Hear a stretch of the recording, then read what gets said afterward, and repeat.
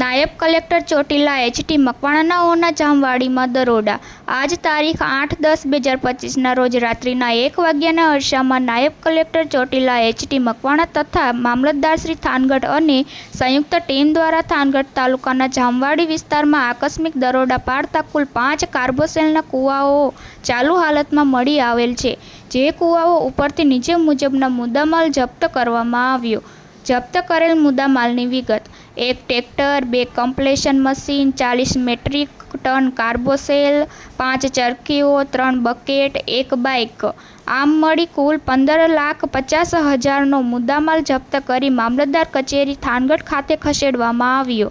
ગેરકાયદેસર કાર્બોસેલનું ખનન કરતા ઇસમો સામે નિયમાનુસાર કાર્યવાહી હાથ ધરવામાં આવી.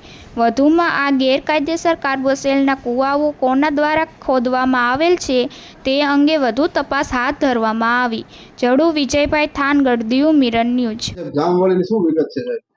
આજે રાત્રે 1 વાગે અમારી નાયબ કલેક્ટર પ્રાંત ચોટીલાની ટીમ અને મામલતદાર થાનગઢની સંયુક્ત ટીમ દ્વારા જામવાડી વિસ્તારમાં સરકારી સરવાર નંબરની અંદર આકસ્મિક દરોડા પાડવામાં આવેલા હતા. અને આ દરોડા દરમિયાન જે કાર્બોસેલ એટલે કે કોલસાનું જે ગેરકાયદેસર ખનન પ્રવૃત્તિ થાય છે ત્યાંથી 5 લાઈવ કૂવા કોલસો કાઢતા છે એ જપ્ત કરવામાં આવેલા હતા. અને સાથે સાથે 1 tractor, 2 compressor machine, 40 metric ton કાર્બોસેલ, 5 ચરખીઓ, 3 બકેટ અને 1 બાઇક, આમ મળીને કુલ 15,50,000નો મુદ્દામાલ જપ્ત કરવામાં આવેલો છે.